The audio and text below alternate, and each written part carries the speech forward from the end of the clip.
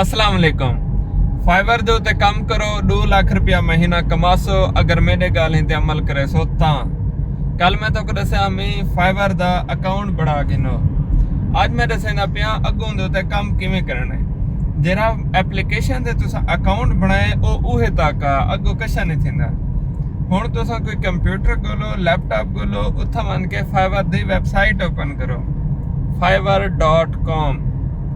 उत्था मन के ऑप्शन हो सी एक फंक्शन हो सी सेलर दा बिकम सेलर। उंदे ते क्लिक करे सो ओ सेलर है तुम्हारी इंफॉर्मेशन मंगसी कि तुम्हारा फुल ना क्या है, first name last name, mobile number दो, वेरीफाई करो, सिक्योरिटी क्वेश्चन दे सी कि उनका आंसर सिलेक्ट कर खड़ो, स्किल पूछसी स्किल तुसा ऐड कर देवने, Canva poster design, Canva graphics, Canva दे रिलेटेड जितने भी तुहारे स्किल हैं वो तुसा ऐड कर देवने। तुहाडे कने तालीम दा पूछसी तुसा यूनिवर्सिटी कॉलेज स्कूल जितनी पढ़े हुए वो भी तुसा उंदे च ऐड कर देवने। उंदे बाद लैंग्वेज दा ऑप्शन दिता खड़ा हो सी उथा इंग्लिश दा और लिखी खड़ी हो सी बेसिक। उको तुसा कन्वर्ट करने फ्लुएंट या बिलिंगुअल है, जेरा मतलब हुंदा इंग्लिश दा टॉप लेवल है तुसा वो सिलेक्ट करना है।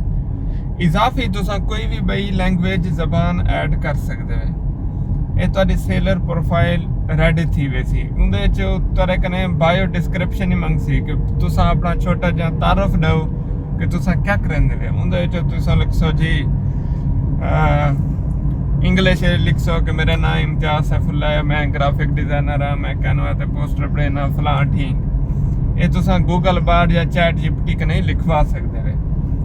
ये पूरी प्रोफाइल मुकम्मल करने के बाद वला जेरी शायद तुसा गिग बनावनी है कैनवा ते वञो उनका पोस्टर डिजाइन करो।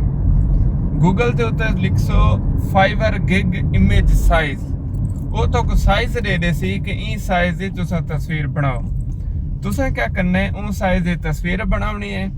तस्वीर बनावन दे बाद वला तुसा वञने गिग्स विच तुहाडा सेलर दा जेरा डैशबोर्ड हो सी उंदे च गिग्स दा ऑप्शन हो सी।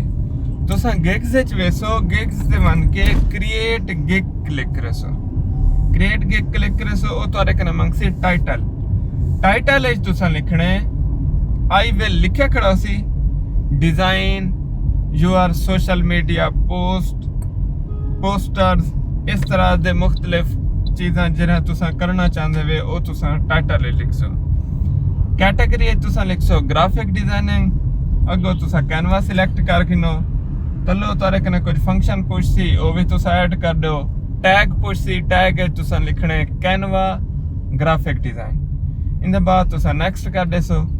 ये तक कर किनो नेक्स्ट वाला मैं तो को अगली वीडियो दसे क्या करना है ये तक तुसा लाजमी कर किनो।